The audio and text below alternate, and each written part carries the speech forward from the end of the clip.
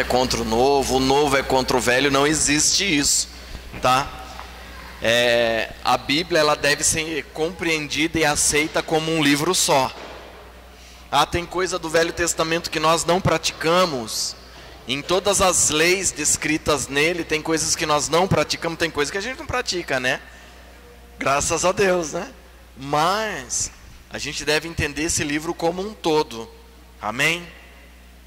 A gente colocou lá para aguçar, para desejar, para colocar dentro de você o desejo de querer ver a diferença, né?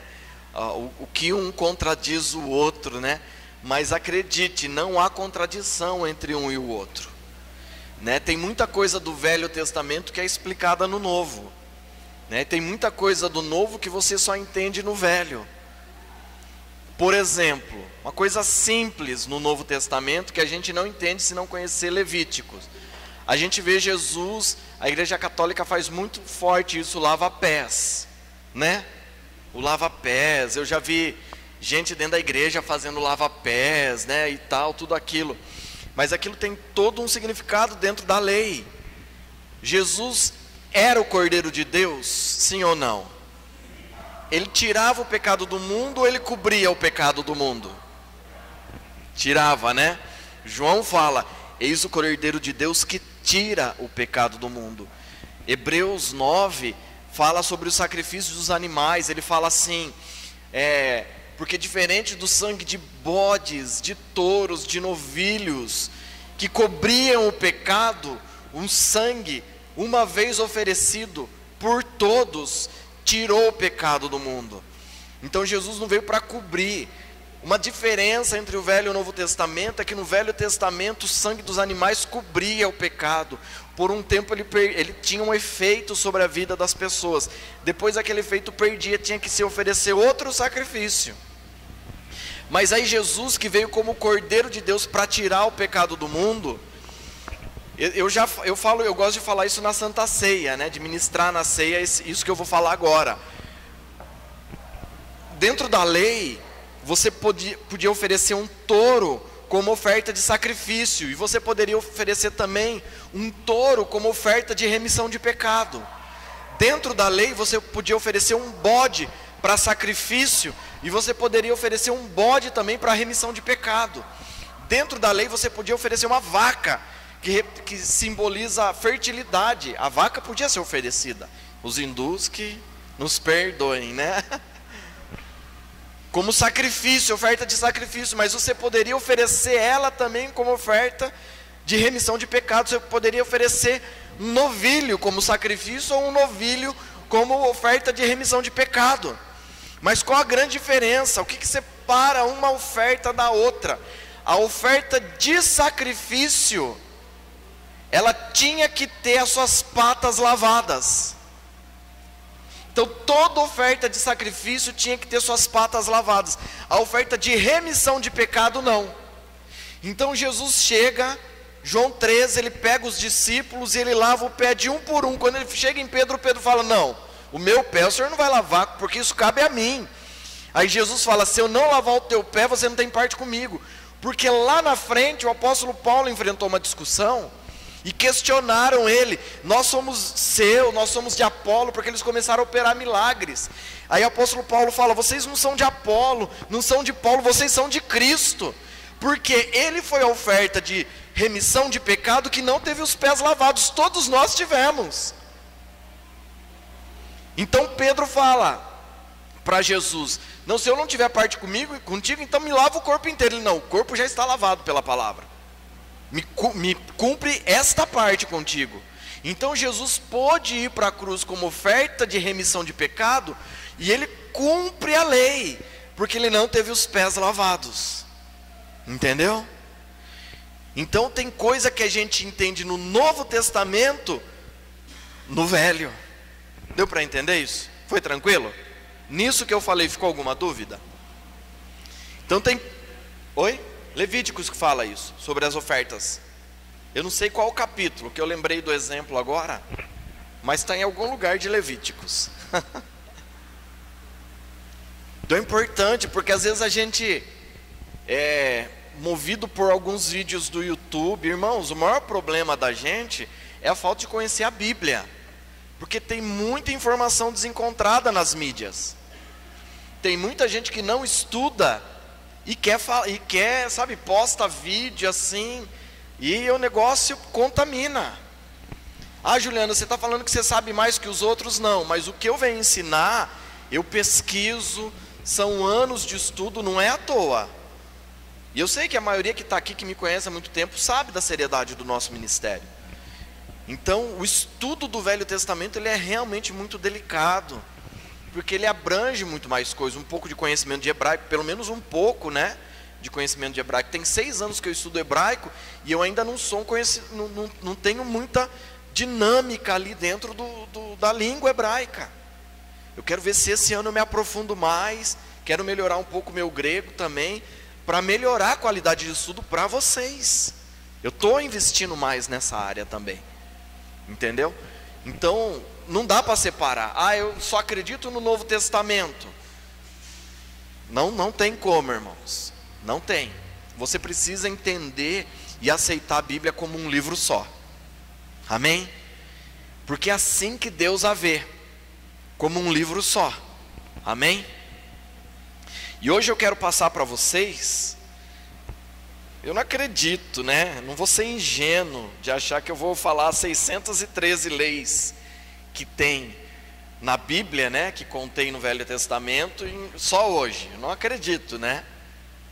Mas eu vou caminhar nisso, né? O meu irmão teve a bondade de mandar pronto para mim. E eu postei hoje no grupo, no final da tarde, lá no começo, já era 6:30, né? Eu normalmente não faço isso, eu faço só no final. Porque você vai ter o estudo, aí você começa a ler assim, eu não vou quinta-feira que vem, né? Porque a gente vai falar das leis, eu vou tentar ser o mais objetivo possível, né? Só para você entender no que a gente vai caminhar um pouco no Velho Testamento. Eu também não vou ficar muito tempo preso nisso, tá bom? Então a gente tem 613 mitzvot, que são leis, que surgem dos 10 mandamentos, né? Mas elas também vêm antes assim, tem os princípios do livro de Gênesis, né? O livro de Gênesis estabelece princípios, os homens quebram os princípios, então Deus estabelece a lei. Por isso que a lei veio. Amém? Então a gente tem 365 leis proibitivas, um não por dia. Você acorda de manhã, já tem um não para você. Tem alguma coisa que você não pode fazer nesse dia. Tem 248 permissivas. De todas essas leis, tem leis que se aplicam só para Israel. Ela é exclusiva para o povo judeu, tá? Ah, Juliano, mas em Abraão, irmãos, tem coisa que é da época. Tem muitas coisas aqui que eu vou trazer para os nossos dias para você entender, né? Para você ver a funcionalidade da lei. Mas tem coisa que é específica para a nação de Israel. Amém? Tranquilo? Por exemplo, você vai ver no estudo lá a palavra Hashem. Hashem, ela é o nome, ao pé da letra. Shem é o nome do primeiro filho de Noé, Sem. Em hebraico é Shem, que significa nome. É algo que pertence a ele mesmo. É até difícil de traduzir, mas a gente pode colocar como nome, né? Que daí vem o nome do Êxodo, Shemot, né? Nomes, né? Que vem os nomes de Deus. O Ra é o artigo, o nome, né? O artigo definido, o nome, Hashem, né? Esse é o nome, é como o judeu chama Deus. Você nunca vai ver um judeu escrevendo Deus e colocando a letra E, ele coloca Dus. Por isso que você vai ver nesse estudo assim. Esse é um estudo que vem do hebraico. Algumas coisas foi colocada em português para a gente entender, mas as palavras que tiver no hebraico eu vou explicar. Você tem o estudo, você anota elas o significado, para você a hora que lê ali saber quem é quem, né? Não chamar Jesus de Genésio, tá bom? Aí a família de trás, depois eu pego o contato e mando para vocês também. Ah, já mandou? Ah, glória a Deus, né? Então, você vai ver muito isso. Se você começar a estudar hebraico, você vai ver eles falando dos. O judeu, ele sabe que ele não tomará o nome do Senhor teu Deus em vão. Irmãos, o judeu toma isso tão a sério, que quando o povo de Israel foi levado para a Babilônia, eles ficaram ali 70 anos no cativeiro e o hebraico se perdeu. E eles não tomavam, eles não pronunciavam o nome do Eterno, o nome de Deus, né? E até hoje não tem uma pronúncia correta, muito provável seja Yahoo. Depois uma hora eu explico isso com a lousa, né? Escrevo para vocês esse termo. Normalmente na Bíblia hebraica só vem as 4 letras do nome de Deus, a tétrade, né? Yud, Re, Vav, Re. O hebraico não tem vogal, só tem consoante, então é muito difícil. Na Babilônia, alguns judeus mais velhos que conheciam o hebraico, para ensinar os mais novos, eles criaram as vogais massoréticas. Os massoretas, estudiosos do hebraico daquela época, criaram vogais para os judeus aprenderem o hebraico. Então todo mundo que vai estudar hebraico hoje tem que aprender vogal através da vogal massorética. E aí em cima disso, em 1611, é a primeira vez que aparece a tradução do nome de Deus para Jeová. A King James 1611, que foi a primeira tradução de King James, né? A melhor, depois foi tradução da tradução, né? Aí começa a perder um pouco daquele teor de qualidade, né? Lá é a primeira vez que aparece o nome Jeová, né? Não foram os testemunhas de Jeová que deram esse nome.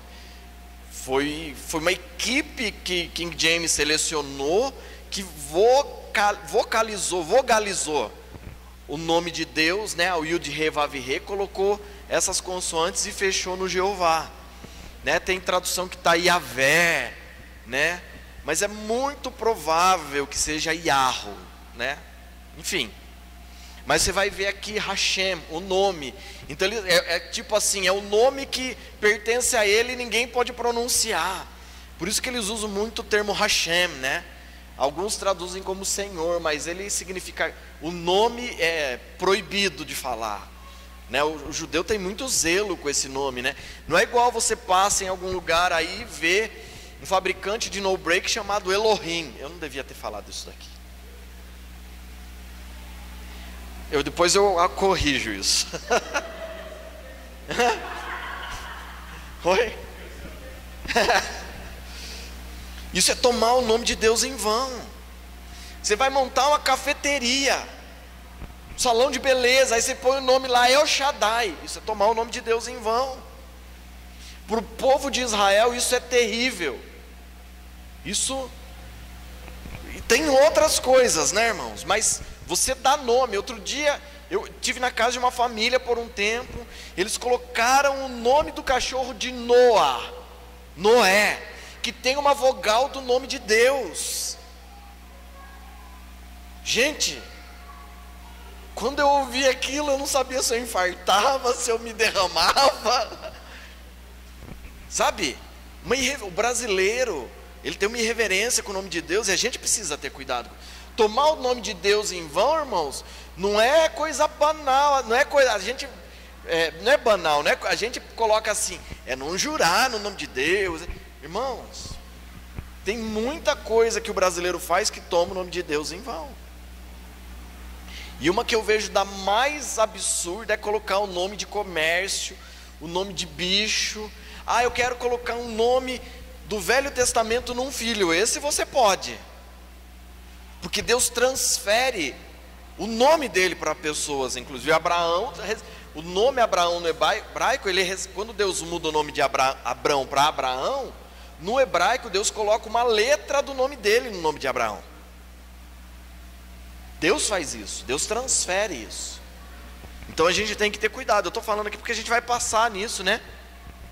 Então a gente tem que ter um zelo. O judeu tem muito zelo com isso, com Hashem, o nome do Eterno, né?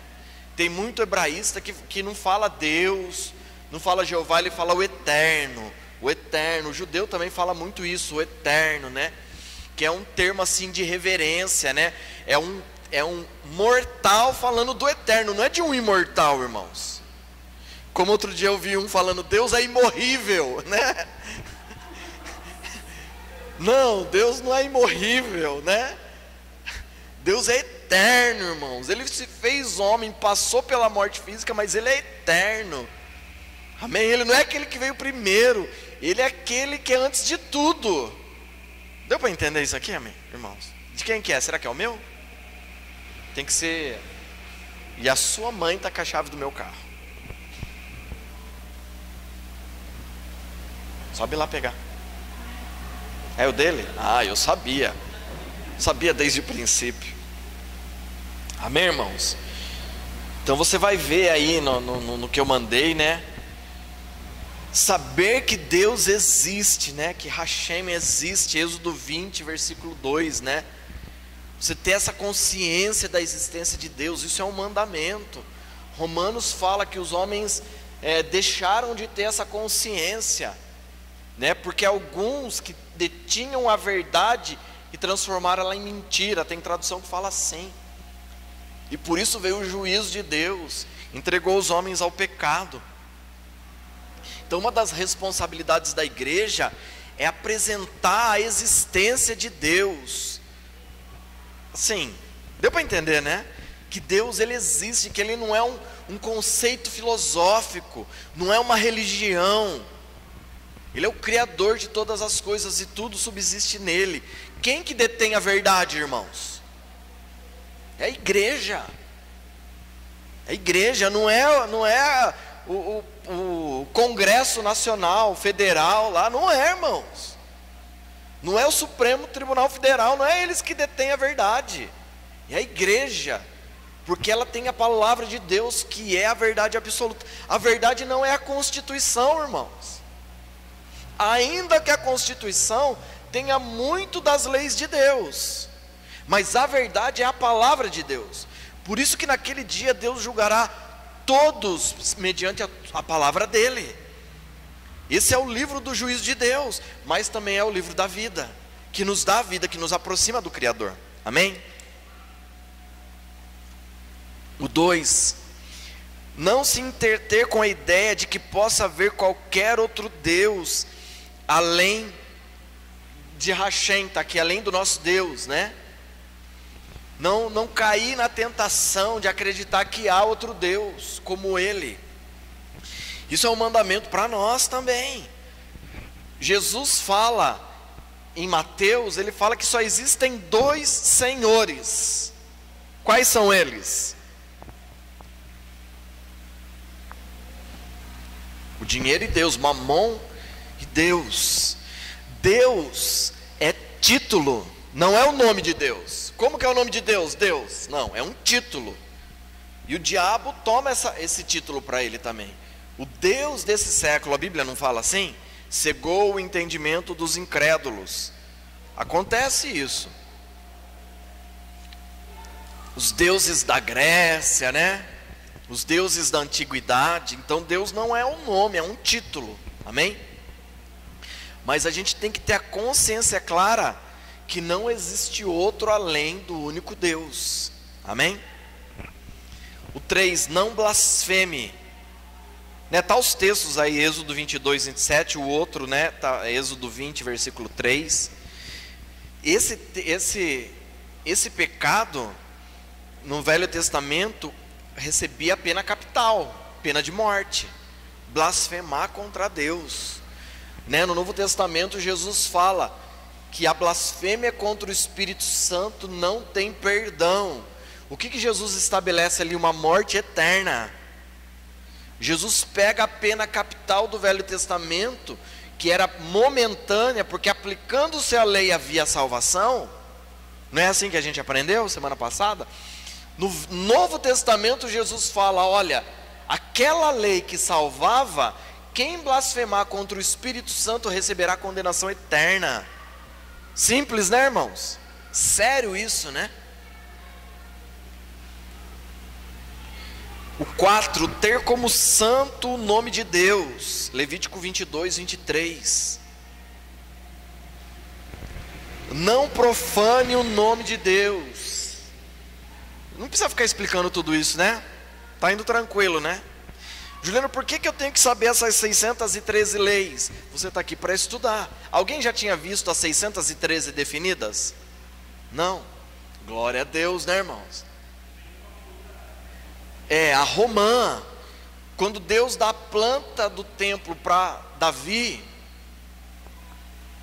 e na planta tinha 2 colunas de 15 metros de altura, 30 côvados, e no final delas tinha uma romã. A coluna era de cobre com romãs de cobre, porque a romã representa a lei de Deus.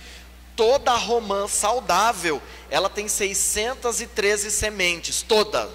Pode ser pequena, grande, ela vai ter 613 sementinhas. Sabe quando, né? Você pode pegar e contar. Se ela não tiver doente, vai ter, eu já contei algumas. Tem 613, irmãos. Deus estabeleceu ela como o símbolo da lei dele. Amém? Lindo, né? Interessante? Lindo, né? Eu acho interessante também. Saber que Hashem é um. Eu vou falando Hashem, mas saber que Deus é um. Uma completa unidade, né? Quando a gente passou um pouquinho sobre a Trindade, né? Lá em Gênesis 1:26 tem uma reunião na eternidade, e a frase está assim: façamos o homem. Deus não estava falando com os anjos ali, foi uma conversa das 3 pessoas que compõem Deus. Ele é um na sua unidade. É o conceito mais difícil, mas eu vou dar um estudo aqui só sobre a Trindade, para a gente ver na Bíblia, no Velho e no Novo Testamento. No Velho Testamento tem o Espírito Santo, tem o termo, a palavra Espírito Santo. Não é algo só do Novo. A gente vai ver isso também. Amém? Deuteronômio 6:4 fala isso, né? Porque Deus, lá o termo fala que Deus ele é o único Deus, né? O judeu ele usa o exemplo de você pega um cacho de uva. Uma uva, ela não deixa de ser uva quando ela está separada, mas existe uma unidade quando ela está no cacho. É esse termo que é usado ali. Eu não vou falar muito sobre isso, que tem uma mensagem que eu prego sobre isso, e aí eu explico melhor. Pode até virar um estudo uma hora para a gente, sobre essa unidade, né, dele. Acho que no estudo da Trindade eu vou falar sobre isso. Ame a Deus, Deuteronômio 6:5, né? O Shema Israel, Deuteronômio 6, do 4 ao 9, né? Ouça Israel, né? O Senhor nosso Deus é o único, né? Ame o Senhor de todo o teu coração, de toda a tua alma e com toda a tua força, né?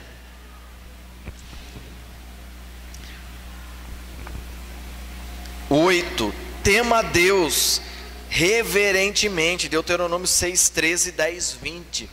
Tema a Deus com extrema reverência. Isso é um mandamento, né? O 9, não coloque a palavra de Deus em prova ou em teste, Deuteronômio 6,16. Confie nele. Se a palavra está ali, será igual o povo fez em Massá e Meribá. Estará Deus conosco ou não? Deus manda Moisés escrever a palavra, né? Ali é a primeira vez que a palavra é escrita, os mandamentos de Deus são escritos. Parte do que Deus pensa sobre a humanidade e o relacionamento do homem com Ele, o relacionamento do homem com as coisas criadas, Deus começa a ordenar Moisés a escrever. Por que Ele faz isso? Porque todo homem que Ele levantasse, Ele ia ter que falar tudo de novo. Então Ele começa a mandar escrever, registrar, e aquilo se torna absoluto. Amém? Então quando você lê na Bíblia, não entendi, melhor coisa que um crente faz, na dúvida, obedeça. Eu não entendi isso, obedeça. Amém? O 10, imite os caminhos de Deus, sua maneira é indiscutivelmente correta. Deuteronômio 6, 28, 9. Esses são acerca de Deus, tá? São as leis acerca de Deus, a lei sobre a lei. sobre os mandamentos de Deus. Honre o velho e o sábio, Levíticos 19:32. O 12, aprenda a Torá, aprenda a lei e ensine-a. Isso é um mandamento de Deus. O que você está fazendo hoje, você está cumprindo o mandamento de Deus. Aprender sobre a lei, para você ter as mínimas condições de ensiná-la. Amém? As pessoas perguntam coisa para mim, que Jesus foi 100% homem, sabe que eu não sei? Né? Lê pelo menos João, né?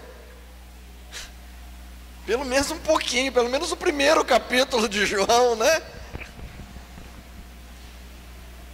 O 13, ajunte-se àqueles que conhecem a Deus. Deuteronômio 10:20. O Talmud são livros que falam da lei, livros judaicos que falam da lei. Eu não vou ler o que o Talmud diz, né? Mas eu vou falar só o mandamento da lei efetivo, amém? O 14, não adicione nada às leis que estão na lei. O mitzvot da Torá, né? Eu estou traduzindo aqui para ficar fácil de compreender, porque dentro da lei de Deus tem 613 leis, é isso que eu estou ensinando hoje. Não adicione, sabe quando lá em Apocalipse, Jesus fala, né, que se alguém adicionar qualquer coisa aos livros dessa profecia, ele está declarando Deuteronômio 13:1. Aí eu já vi gente falar, isso aqui é só sobre o livro de Apocalipse. Sabe de nada, inocente. Sabe de nada. Então a gente não deve tirar nem adicionar nada. Eu vou tirar porque isso aqui, ele fala, se alguém tirar, se alguém acrescentar, será colocado sobre ele todas as pragas descritas neste livro. E se alguém tirar, lhe será tirada a parte da árvore da vida. Quem não tiver parte com a árvore da vida, na eternidade vai estar onde, irmãos? Lá embaixo, irmãos. É esses que não vão ter parte. Então é sério, né?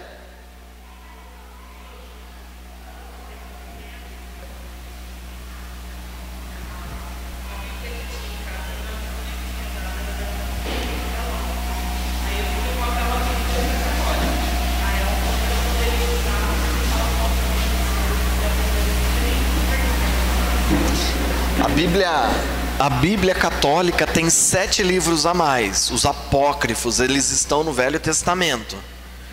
Então, se você pegar a Bíblia judaica, qualquer Bíblia, eu tenho a Stuttgartense, que é a usada para estudar o hebraico, inclusive na Universidade de Jerusalém usa essa. Ela já vem com as vogais ali para a gente estudar. Mas se pegar qualquer Bíblia, qualquer uma delas, não vai ter esses 7 livros. Se você entrar no site do Ministério da Educação de Jerusalém, de Israel, lá ele fala sobre os livros que se usam na educação do povo judeu, inclusive fala da Bíblia. A Bíblia é usada. E ele fala lá no ministério, está em inglês, lá qualquer um pode acessar. Lá está falando as Bíblias que são aceitas pelo povo judeu. Por exemplo, o Velho Testamento, João Ferreira de Almeida, é aceito. As edições paulinas não, porque ele tem 7 livros que a própria Bíblia judaica não tem. Entendeu? São livros históricos. Isso é incontestável, são livros históricos. Por exemplo, 1º e 2º Macabeus, é um livro histórico. Fala do povo macabeu. Não vou entrar nas minúcias dele, nos pormenores. Tem o livro de Tobias. Dentro da Igreja Católica eles falam que é o Paulo do Velho Testamento, que perseguia lá, Ai, meu Deus. Você gosta de louco, né, irmãos? E tem lá, os outros livros. Mas se você perguntar assim, qual que está certo e qual que está errado, se a própria nação de Israel não reconhece, é simples entender, Eles não reconhecem o Novo Testamento. Então eles reconhecem o João Ferreira de Almeida do Velho Testamento. Outras versões, King James, Velho Testamento. Está lá uma relação de Bíblias.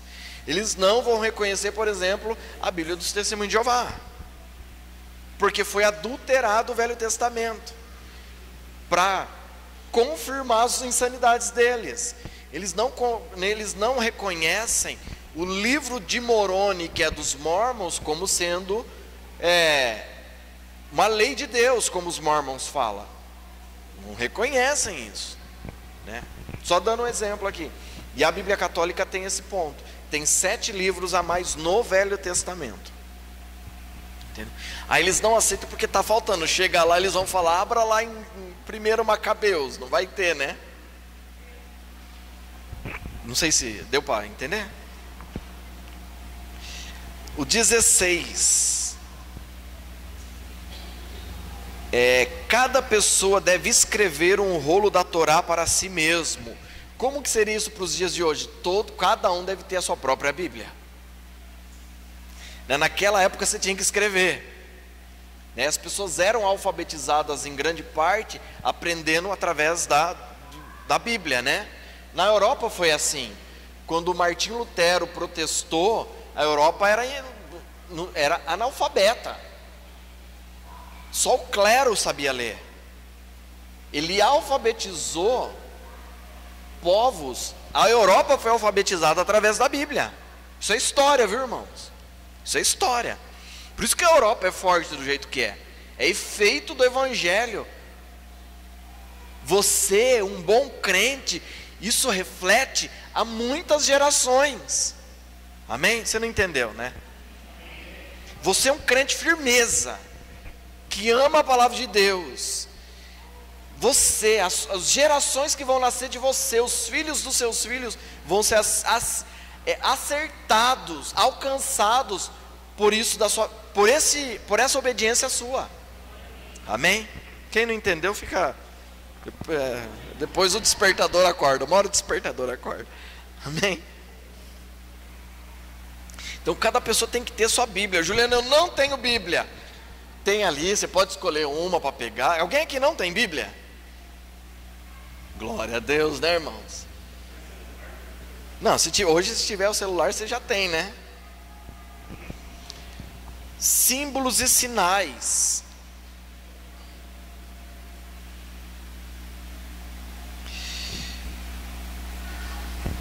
Fazer a circuncisão do filho, isso vale para os dias de hoje?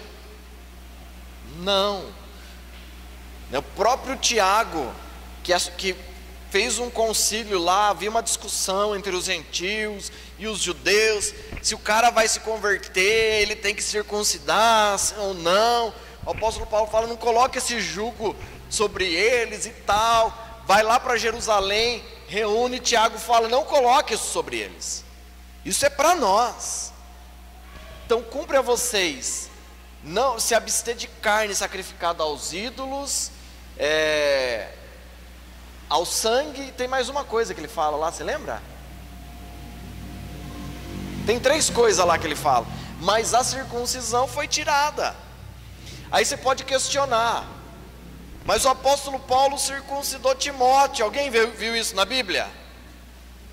E aí? Como que cabe isso? Primeiro ele fala lá, vai lá, briga para não circuncidar os gentios. Depois ele vai e ele mesmo corta Timóteo. Irmãos, por que ele fez isso? Timóteo ia pregar para os judeus.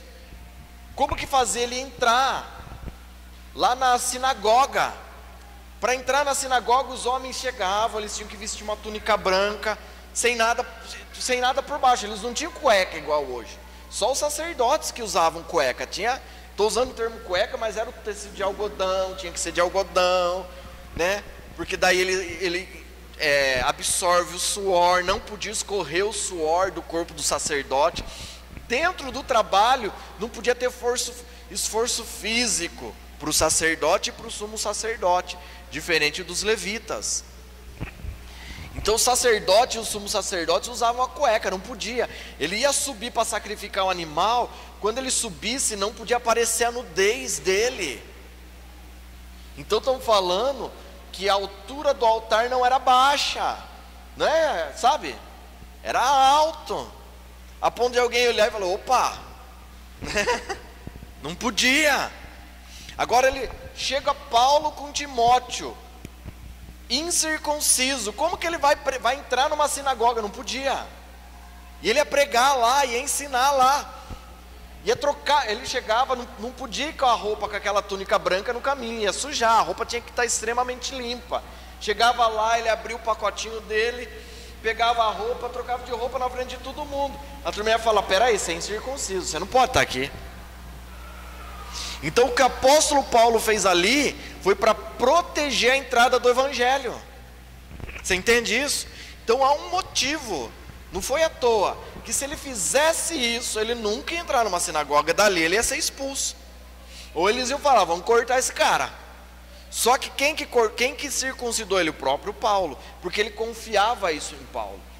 Olha, isso é uma direção de Deus, você vai pregar lá na sinagoga, você precisa estar circuncidado. Não tinha divergência no pensamento, tinha proteção da entrada do evangelho. Amém? Deu para entender, irmãos? Tranquilo?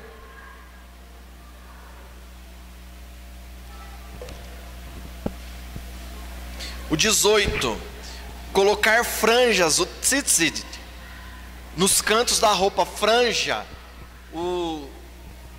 tem aquela, eu esqueci o nome agora, até hoje tem igreja mais pro judeu, né? Que coloca lá, põe o kippá, tudo isso. Eu acho que eu tô precisando pôr um kippá, né? É que eu já tô com a área dele aqui, né? E ela tem as franjinhas. A túnica do sacerdote tinha franjas, que quem olhasse aquilo lá lembrava da lei de Deus. Por isso que tinha que ter o tzitzit, que é as franjas. Essa palavra significa literalmente franjas. Tem a franja no cabelo, é outra palavra.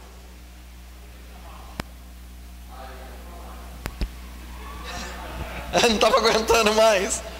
É a próxima. Atar o tefilim na cabeça. Depois o 20 é no braço. Esse tefilim, meu Deus, sumiu a palavra agora, deixa eu ver se eu anotei. Filactérios. É uma fita de couro do animal próprio para o sacrifício, não podia ser de qualquer animal. E todo ele tinha trechos da lei de Deus. Então ele amarrava. Se você procurar lá filactérios, tem para vender isso daí. Na palma da mão tem uma caixinha. Ali ele tem porções da lei de Deus. E aí quando o judeu vai orar, ele coloca a mão assim, como se a lei estivesse entrando nele, na mente dele. Por isso que fala lá, né, o Shema Israel, Deuteronômio 6, do 4 em diante, coloca a lei, ata ela na sua testa, nos seus braços. É o filactério, é isso daí. Então tem, né? Tem igreja aí que faz isso ainda hoje. A gente precisa fazer? Não precisa, né, irmãos? Você vai ler a Bíblia, você vai ter ela no seu coração, né? Você precisa ler a Bíblia, você entende isso? Né? O judeu leva isso extremamente a sério. Uma criança até 6 anos de idade em Israel, ela já conhece, ela já estudou, não é que ela só ouviu, ela estudou a Torá, os 5 primeiros livros da Bíblia. Igual os nossos filhos, né, irmãos? Igualzinho, né? Até os 6 anos de idade, irmãos. Já tem os 5 primeiros livros dentro dela. Ela estudou isso daí. Estudou. Dá para entender isso, irmãos? Repita comigo: eu estou falhando. Sim ou não?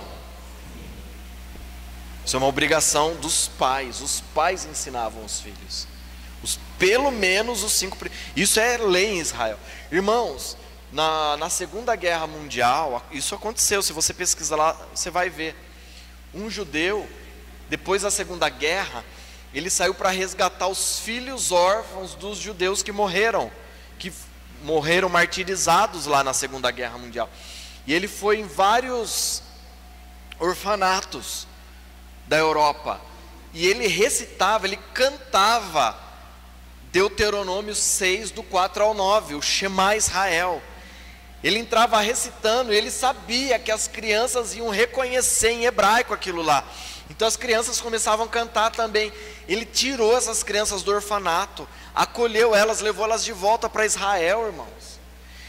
Tem esse vídeo no YouTube lá, depois eu vou procurar e vou mandar no grupo da igreja.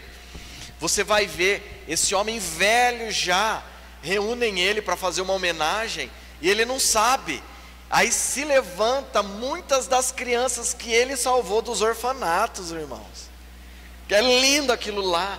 E aí falam para ele vir para trás, as crianças estão lá, adultos já. Gente, é lindo, você viu isso aí? É lindo demais. Lindo demais, recitando. Porque a criança com 6 anos de idade já tinha isso dentro dela. Lindo, né, irmãos? Igual a gente faz com os nossos filhos. A gente não, a gente é muita gente, né? Igual muitos fazem, né? Na educação com os filhos. É a lei que protege os filhos de tudo. É a palavra de Deus. Se eu colocar a lei, você vai falar a lei, né? A palavra de Deus que protege o seu filho de tudo. Não é o seu cuidado. Não é você livrar o seu filho de assistir isso ou aquilo, ouvir isso ou aquilo, estar com alguém ou não. É a palavra de Deus que faz isso. Amém, irmãos? É a palavra, não tem outra coisa. Senão Deus tinha colocado, é você. Você vai guardar o seu filho. Não, ele fala a palavra, ensine a palavra de Deus. Deuteronômio 6, do 4 ao 9 já ensina isso. Amém? E o 11, do 1 ao 13, fala isso. Eu já falei o 20, né? O 21. Fixar a mezuzá no umbral das portas e portões da sua casa. Fixar a palavra de Deus, escrever ela. O judeu tem específico um objeto chamado mezuzá mesmo. Já conhece? Tem um lugar,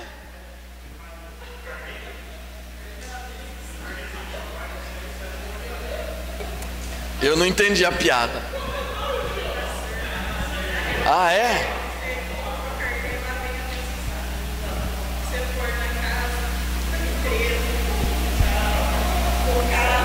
É sério?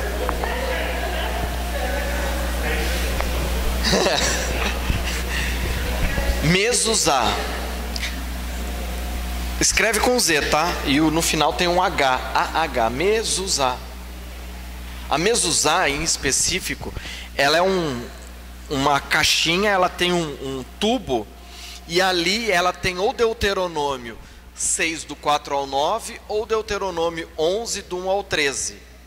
Ele deve ser escrito à mão com a pena de um animal, uma ave específica. Então ela é muito cara, porque a mezuzá não pode ser uma cópia de alguma coisa. Quanto menor, mais caro. Porque ela tem que ter, entre uma letra e outra, tem um espaçamento correto. Então imagine você escrever à mão, não pode ter erro. Tem toda uma regra, né? Para a escrita da mezuzá.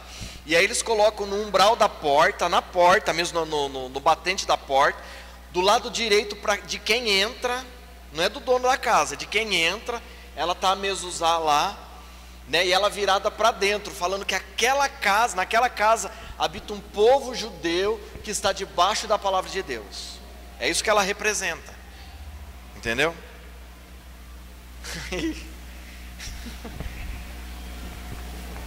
É quase isso que eles ensinam, né? Só que tira uma oferta no meio do caminho, né? Oh, meu Deus, não me deixa pecar.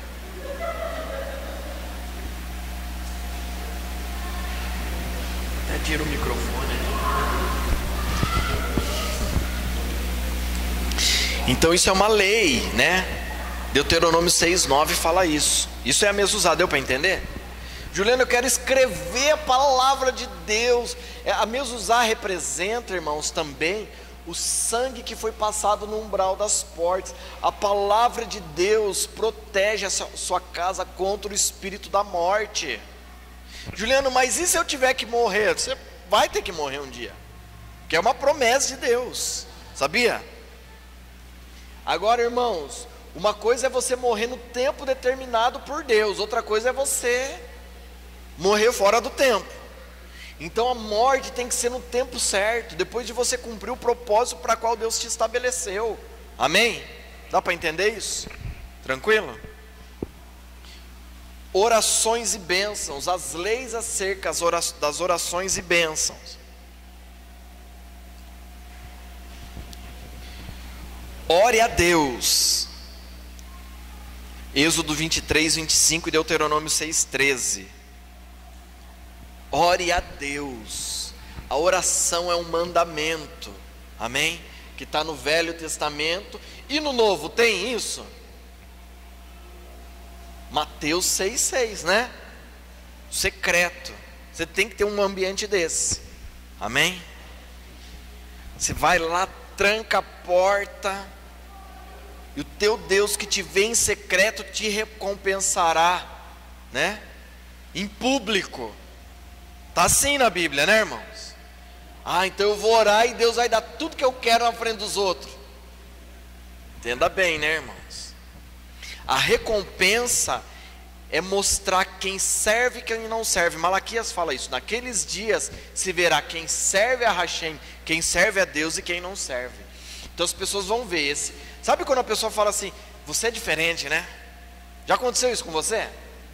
Você é diferente, tem alguma coisa diferente de você. Aí você fala, eu sou crente. A pessoa, eu sabia, né?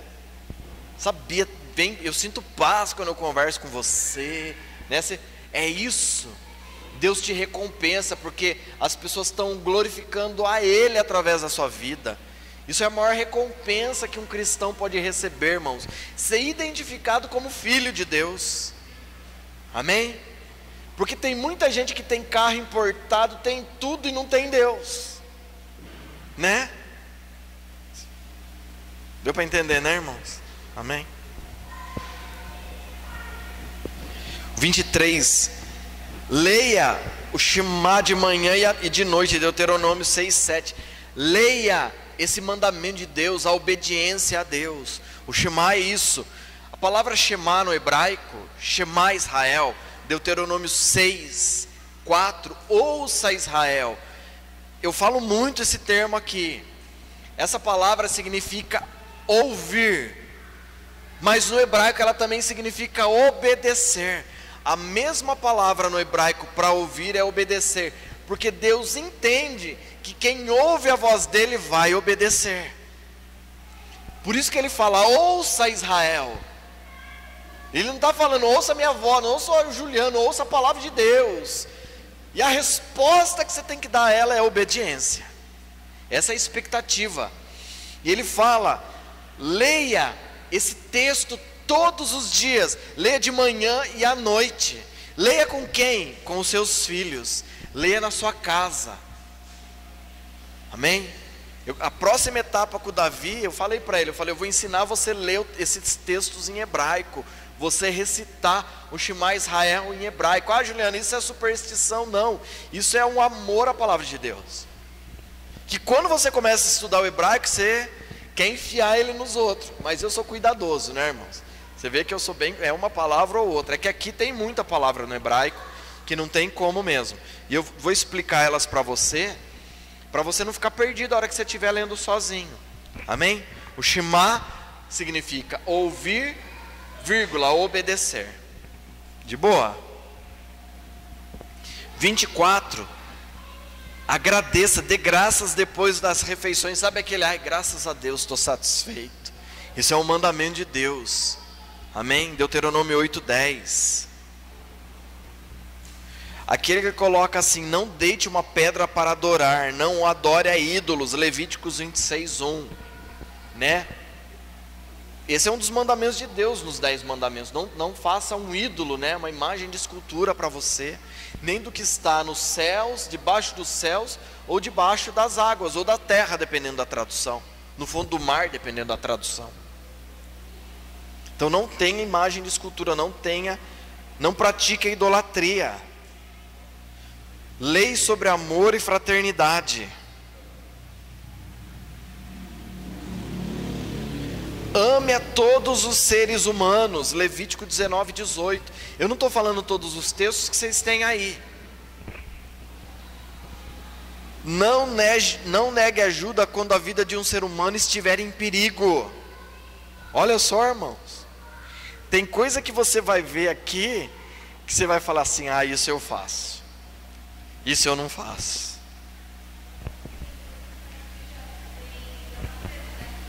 É, né? O instinto, né? É porque Deus Romanos 2, do 12 em diante, fala que a palavra de Deus está gravada no nosso coração, né? Então tem coisa que exatamente já é da natureza humana, né? Já está dentro do homem. 27. Não, é o 28. Não engane a ninguém com palavras. Olha o 29. Não faça mexericos, né? Não fale mal dos outros. Não pratique o lashon hará. Eu vou dar um estudo aqui só sobre o lashon hará, língua maledicente. Vou falar só sobre isso. Tem um estudo que eu dou só sobre isso. 30. Não alimente o ódio no coração de ninguém. Sabe aquilo de, né? A hora que vê, a pessoa está contaminada. Porque, irmãos, a pessoa quando vai falar mal de alguém, de alguma situação que aconteceu, o íntimo do coração dela é que ela quer que a pessoa sinta o mesmo que ela sente. Eu perdi a amizade com o Márcio, eu vou falar para a Larissa a ponto dela querer perder a amizade com o Márcio. Sentir a mesma rejeição que eu tenho pelo Márcio. Entendeu? Isso é pecado. 31. Não se vingue. 32. Não carregue rancor. 33. Não faça nenhum judeu, nenhuma pessoa passar vergonha. A gente não faz isso, né? Mas tem lugar que faz, irmãos.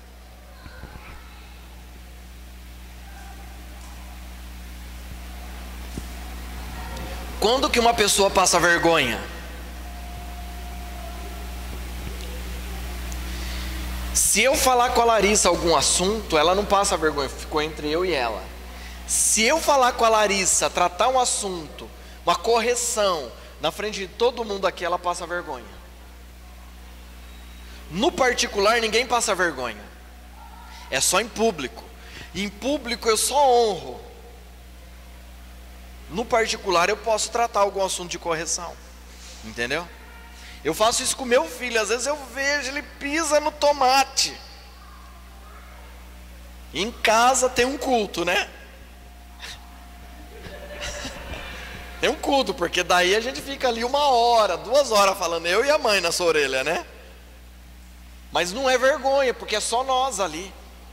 Agora, se eu faço isso em público, ele passa vergonha. Tem situação que o filho precisa passar vergonha para ele, nunca mais eu vou fazer isso. Mas é raríssimas exceções.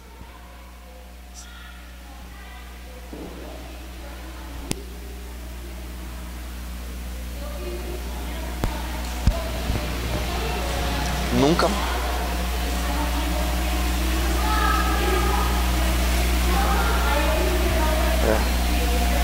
Tem que ser em extrema. É que você vê, tá fazendo, você tem que, às vezes tem que expor, né? Mas é a última, né? Mas ele sente, né?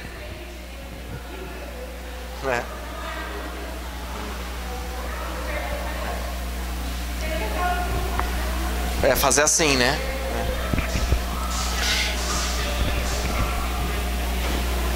Ó, eu tenho um estudo que eu dou de autoridade, eu falo assim, ria com as pessoas e não das pessoas, né? Então se é uma piada que assim leva a turma a cascar o bico de alguém, ofende alguém, é complicado, né? Agora assim, o povo brasileiro em si, ele é extremamente sarrista, né? Isso é muito forte no brasileiro, né? Mais ou menos. Então assim, é uma característica nossa. O povo judeu é muito bem-humorado também, mas eles têm limite. Se aquilo que eu vou fazer é para envergonhar a pessoa, nesse ponto, entendeu? Eu quero envergonhar, quero mostrar que eu sou melhor. É mais nesse ponto, porque senão a vida começa a ficar sem graça também, né? Amém?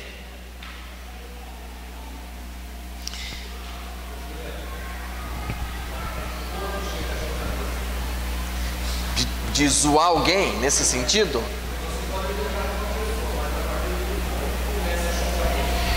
Olha, é tênue, é bem sensível essa linha.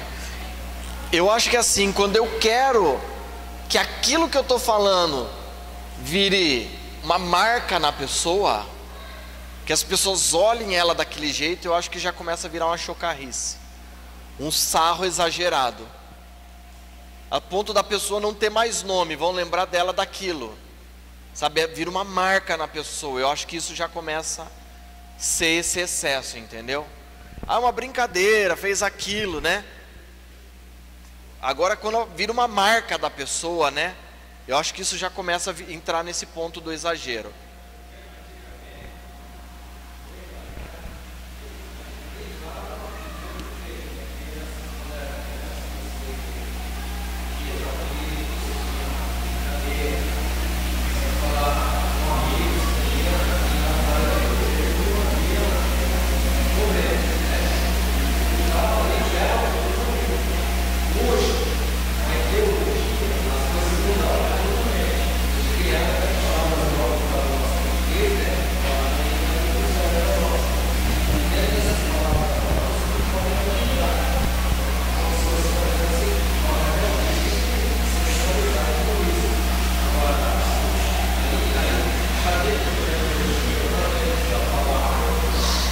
Então, se você pegar o judeu, ele é muito cuidadoso com isso, com palavras que ofendem a pessoa, que causam discriminação.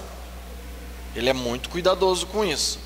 Apesar dele ser sectarista em alguns pontos, né? Ele faz secção de pessoas, né? Ele separa algumas classes, né? Mas ele é muito cuidadoso. É lógico que o mundo tem ficado um pouco sem graça com algumas coisas, né? Mas é que nem eu falei, se isso vai rotular, virou uma marca na pessoa, isso é complicado, hoje, dentro da palavra, entendeu?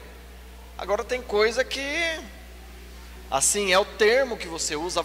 Se você tem liberdade com a pessoa, é uma situação.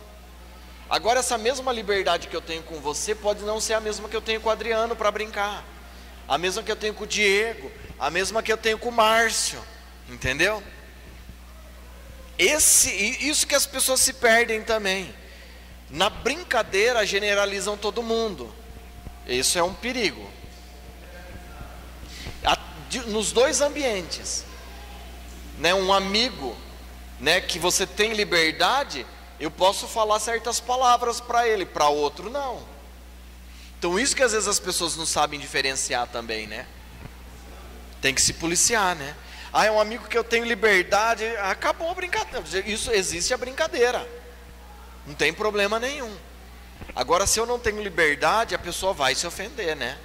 Se tem, não existe ofensa, né? Até lembrei de uma brincadeira que eu fiz na pizzaria aquele dia lá, né? Se você não tem liberdade, eu não vou falar brincadeira agora, né? Mas se você não tem liberdade, ai, só Deus na causa, né? Agora quer saber? Agora não posso, tá gravando, né? Não, agora não, né? Mas se você tem liberdade, né? Eu sou muito sarrista, né? Só que eu tenho um irmão que ele é vezes 10, né? O Léo é vezes 10, né? Só que você tem que saber com quem você brinca, né? Quem você usa, né? Ali, senão você exagera, né? E aí você dá liberdade para essa pessoa brincar também. Caminha nos dois ambientes. Agora é com qualquer um. Eu acho que nisso, em alguns pontos, eu acho que a lei protege. Nesse ponto, porque não é com todo mundo que eu posso brincar do mesmo jeito, né? Não é todo mundo que eu posso falar, ô gordinho, ou não sei o que lá, vai ofender, né? Então, não, mas se você tiver com um amigo, né? Agora se for meio amigo, ele pode se valer e ganhar um dinheiro, né?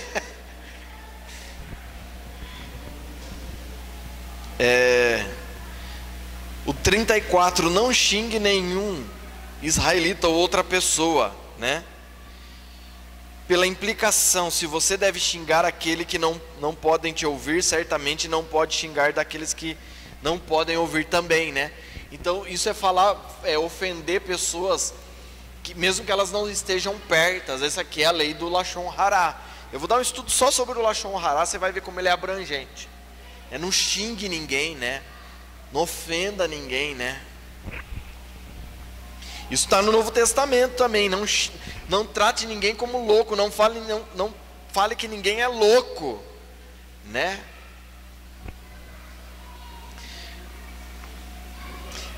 O 35, não leve em conta as mentes simples, ignorantes, para não tropeçar no caminho. Deuteronômio 19, 14. Isso inclui fazer qualquer coisa que possa levar alguém a pecar. É nesse sentido, né? Você tem alguém simples, que não conhece a palavra de Deus. Às vezes você, crente religioso, leva aquela pessoa a pecar. Jesus fala isso para os judeus. Você chega o quê? Você chega para a pessoa, como que você faz ela pecar, ou ela caminhar num ambiente de juízo? Você fala, isso que você está fazendo é pecado. Você não conhece a palavra de Deus, você vai para o inferno.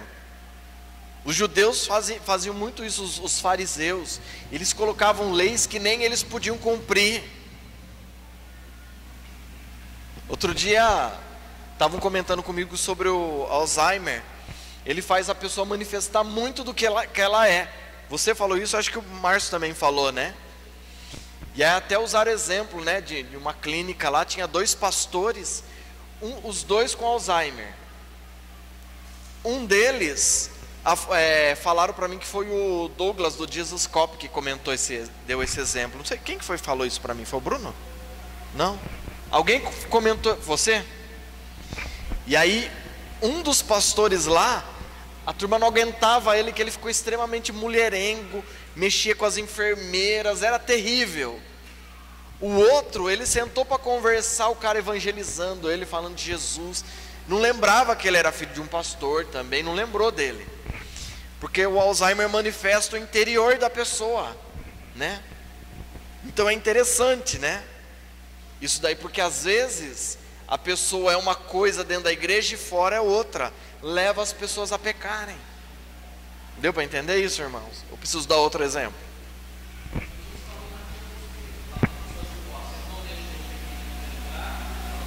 Vocês não entram e não deixam eles entrar. É bem nesse sentido. Por isso que eu pego no pé que você tem que selar o que você é aqui. Isso é muito sério, né? Porque aí a pessoa tem aquele sentido que nós lemos no começo, a pessoa fala assim, puxa, você é crente. Dá para perceber que você é crente. E aí a outra pessoa, aí tem situação que a pessoa fala assim, só podia ser crente, né? Não presta essa raça, né? Alguém já ouviu nessa conotação negativa, irmãos? E é crente ainda, né? E pior, que é crente, né? Aí a turma fala, não, você não sabe, o pior é que ele é pastor.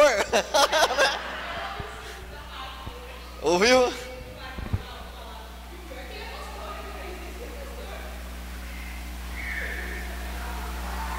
É zoado o negócio, né, irmão? É zoado. E o pior é que ele é pastor, né? Que a turma não espera outro testemunho, outra manifestação. Por isso que causa esse escândalo, né? Porque quem é ímpio na sua impiedade. Agora quem é justo não pode, não deve, né? Porque assim, tem muito mais coisa em jogo, né? Amém, irmãos? Dá para entender? 36, repreenda o pecador, né? Fala para ele, olha, você precisa mudar de vida, né? Conduz a pessoa ao arrependimento, né? Não ao juízo, né? A repreensão é para que a pessoa seja salva. Amém, irmãos? 38, dê assistência recolocando a carga do teu vizinho no animal. Não deixe o animal caído debaixo da sua carga. Como que a gente pensa nos dias de hoje. Você vê alguém próximo de você precisando de ajuda, né? Imagina, irmãos, pensa nisso. O cara precisa, tá pondo, você está com o tempo extremamente ocioso.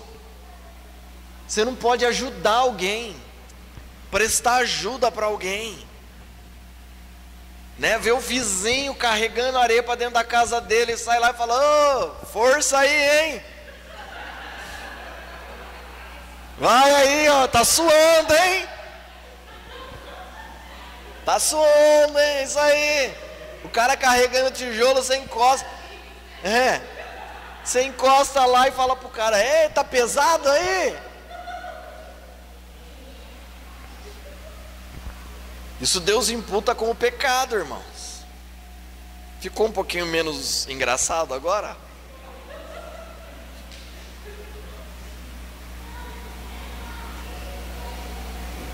Dê assistência, dê. Entendeu? Isso é uma ordem de Deus. E já lá, né, não deixa o animal caído debaixo de carga, né? Isso lógico que é mais para aquela época, né? Você não olha o carro do cara cheio de coisa, puxa, eu não posso deixar o carro cheio de carga, né? Isso era mais para aquela época, né? O animal lá cheio de peso, vai passar a noite assim, não aguenta, né? Não aguentava, né? Tinha que descarregar o animal. Irmãos, é 9h20, vamos parar por aqui? Amém? Aí, semana que vem a gente volta, fala mais um pouco. Falta só mais um gole. É que eu fiz a introdução, né? Então ela toma mais tempo. Mais semana, você viu que depois foi acelerando, né? Então a tendência, fora alguns pontos, é ela andar mais. Amém? Então você tem aí, né, as 613 leis. Você vai ter pro resto da vida esse arquivo em PDF, tá? Por que ele está em PDF? Porque você não pode alterá-lo, né? Tem um sentido, né? Amém? A gente vai encerrar o estudo aqui para quem vai assistir ele depois, tá? Pode encerrar aí, Bruno, em nome de